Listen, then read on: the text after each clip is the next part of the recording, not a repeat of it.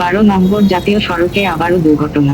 এবার ফুলিয়া চটকাতলার সার্ভিস রোডে টোটোর পিছনে বোলেরো গাড়ির ধাক্কা, গুরুতর আহত টোটো চালক। হচ্ছে তিনি আমি কেবল বর্তমানে ঢুকলাম, ঢুকে রানাঘাট দেখি মহকুমা পাল্টি গাড়ি। হাসপাতালে তো চিকিৎসাধীন। এবার আমি কাউকে সবাইকে জিজ্ঞেস করলাম কী হয়েছে, বললো বুলুরো পিক আপ এসে মানে পেছন থেকে মেরেছে, সামনে গাড়ি এগিয়ে যেয়ে পাল্টি, সামনে একটা গাড়ি ছিল, ছোটো হাতি গাড়ি দাঁড়িয়ে ছিল। তো এবার হচ্ছে এসে তারপরে এসে ওই লোকটা নিয়ে গেছে হসপিটালে, কেবল এসে দেখলাম রক্ত রক্ত পড়ে আছে। মূলত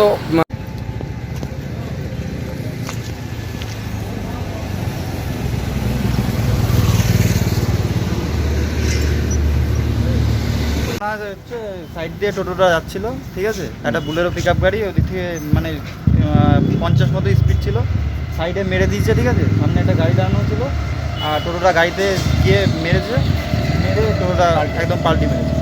তো তারপরে আমরা হচ্ছে গেলাম, সঙ্গে সঙ্গে লোকটা ভালোই লেগেছে, মাথায় পুরো একদম মাথা ফেটে রক্ত বেরিয়েছিল। আমাদের দোকানের কাপড় নিয়ে গিয়ে দিয়ে জল টল দিয়ে একটু বেঁধে দিয়ে হসপিটালে পাঠালাম এই সবে মাত্র এখন। টোটো গাড়িতে কজন ছিল? টোটো গাড়িতে ওই টোটোওয়ালা একাই ছিল। আর